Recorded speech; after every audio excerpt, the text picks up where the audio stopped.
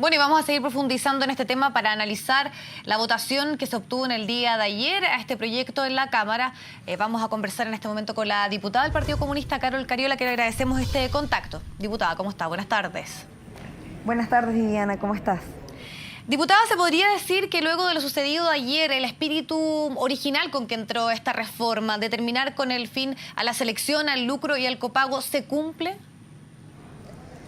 Yo creo que sí, yo por lo menos me siento muy conforme del paso que dimos ayer.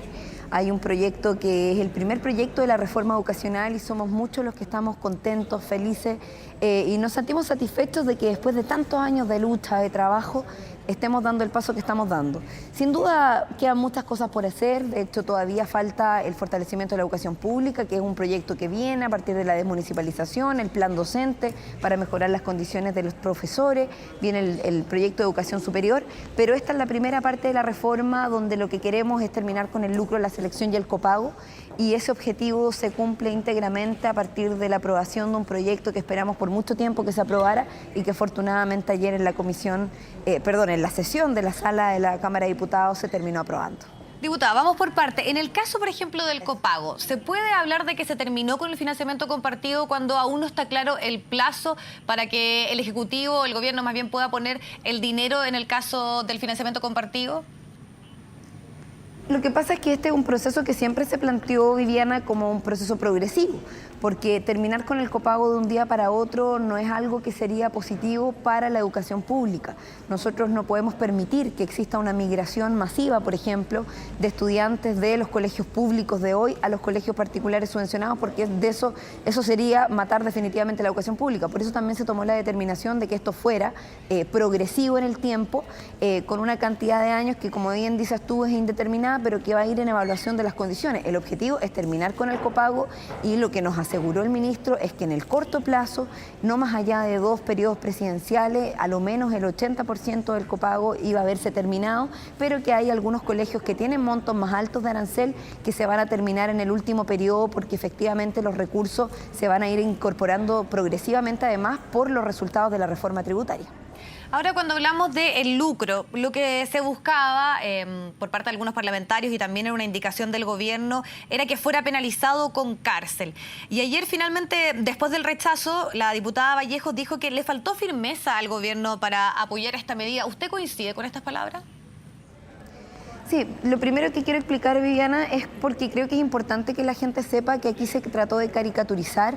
una determinación que se había acordado con el Ejecutivo, con los diputados de la nueva mayoría de la Comisión de Educación, que tenía que ver con tipificar el lucro como delito. En ningún caso era que el que lucrara se iba a ir a la cárcel. Nosotros lo que dijimos es que cuando un sostenedor utiliza o malversa recursos de todos los chilenos destinados a las subvenciones en cosas que no corresponden, debía primero devolver lo que había utilizado, pagar una multa del 50% y posteriormente enfrentar a los tribunales. Esa era nuestra determinación, esa era la indicación que estaba incorporada de la penalización del lucro, y cuando aquí se trató de decir que se estaba criminalizando la reforma o que aquí nosotros lo único que queríamos meter a los sostenedores a la cárcel, lo que hay es una caricatura de una situación que no es tal, y que lo que nosotros buscábamos con esa indicación era asegurarnos por todas las vías de que este proyecto en todas sus dimensiones, ¿cierto?, resguardara el sentido fundamental que es terminar con el lucro en la educación y que nadie se sienta con el derecho de utilizar recursos de nuestros niños en fines que no son los educacionales. Diputada, se dijo que el gobierno iba a dejar en libertad de acción a los parlamentarios de la nueva mayoría solo en aquellos casos de indicaciones que no fueran apoyadas por el Ejecutivo. ¿Le parece entonces contradictorio la votación de muchos parlamentarios de la nueva mayoría de rechazar que se penalizara, que se tipificara como delito el lucro, y también la postura del gobierno, que también, según lo que extraigo un poco de sus palabras, no tuvo la firmeza necesaria para poder tener una misma línea en este tema? Mira, la verdad es que a nosotros en la Comisión de Educación lo que nos había quedado claro a la mayoría de los parlamentarios que participamos de muchos de esos debates, si bien yo no soy parte de la comisión, participé en la gran mayoría de los debates, lo que nos quedó claro es que el Ejecutivo iba a patrocinar esas indicaciones y de hecho es más, ellos las redactaron. Nosotros en conjunto las presentamos, esas indicaciones pasaron a la sala y el acuerdo que teníamos como coalición desde la Comisión de Educación en conjunto con el Ejecutivo era avanzar en aprobar el proyecto tal como había salido de la Comisión de Educación. Entonces, cuando se habla de esta relativización de que se votaran solo las indicaciones del gobierno versus las indicaciones de los parlamentarios, muchos nos vimos bastante sorprendidos, porque el acuerdo efectivamente era poder aprobar todo en su conjunto para poder salir con una reforma redondita que nos permitiera decir estamos avanzando en terminar con el lucro, con el copago y la selección, que es el objetivo por el que hemos luchado muchos durante mucho tiempo y que afortunadamente hoy día lo hemos consagrado en un proyecto de ley. Aún así, yo quiero reafirmar lo que dije al principio, este proyecto no se desnaturaliza, por eso estamos contentos con que se haya aprobado tal como se aprobó, porque quedó muy similar a cómo estaba el proyecto originalmente y esperamos reponer esta indicación en el Senado, donde esperamos que los senadores sean conscientes de lo que se está proponiendo, que no distorsionen la propuesta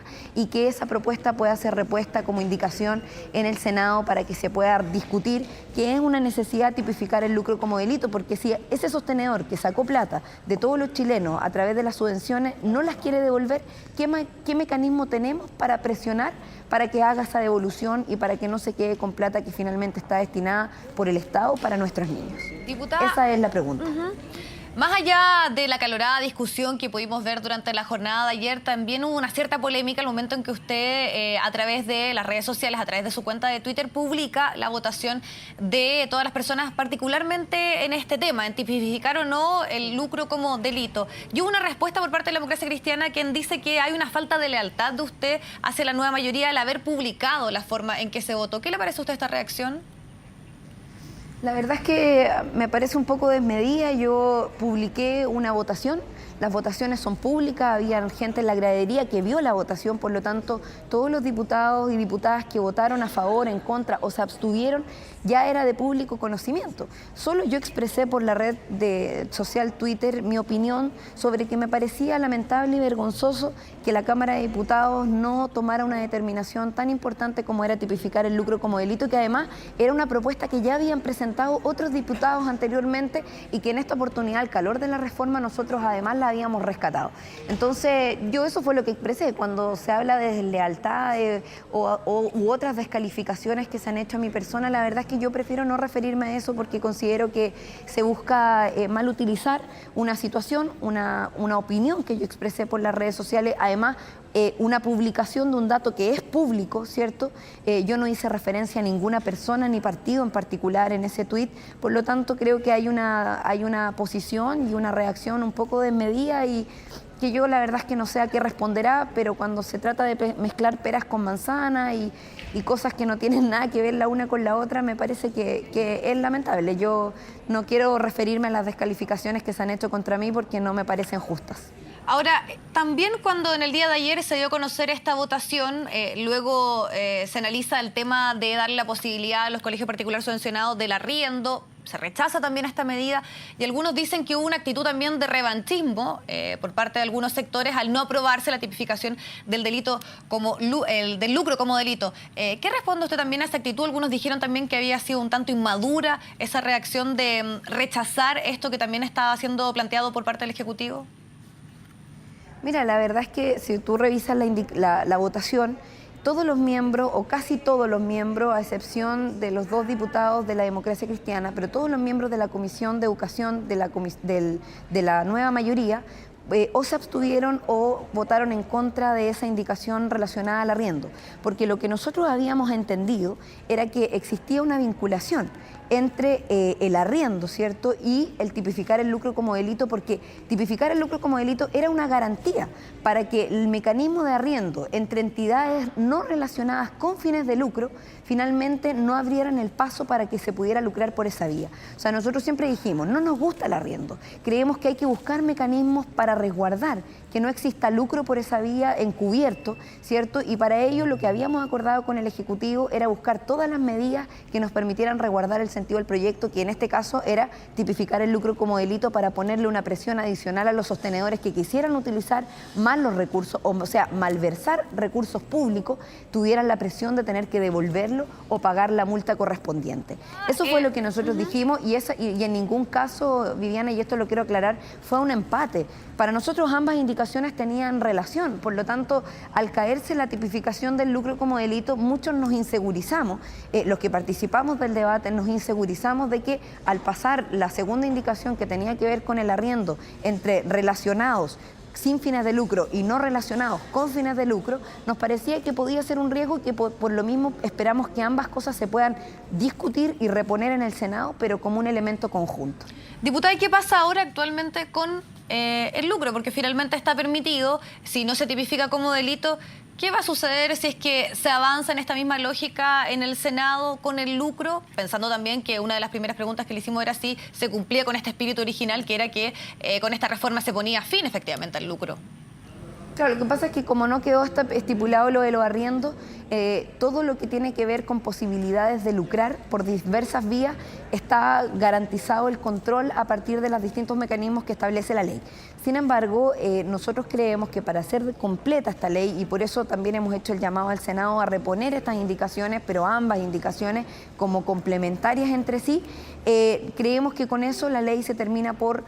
consolidar desde el punto de vista de resguardar que no exista lucro y de abrir la posibilidad a aquellas instituciones que no tienen la posibilidad, por ejemplo, de comprar sus inmuebles. Porque esta medida del arriendo era principalmente pensado en la Iglesia Católica, que habían dicho que, por ejemplo, habían instituciones que sus propiedades eran del Vaticano y que ellos no podían poner a disposición de la compra del Estado esa infraestructura. Sin embargo, nosotros lo que dijimos fue que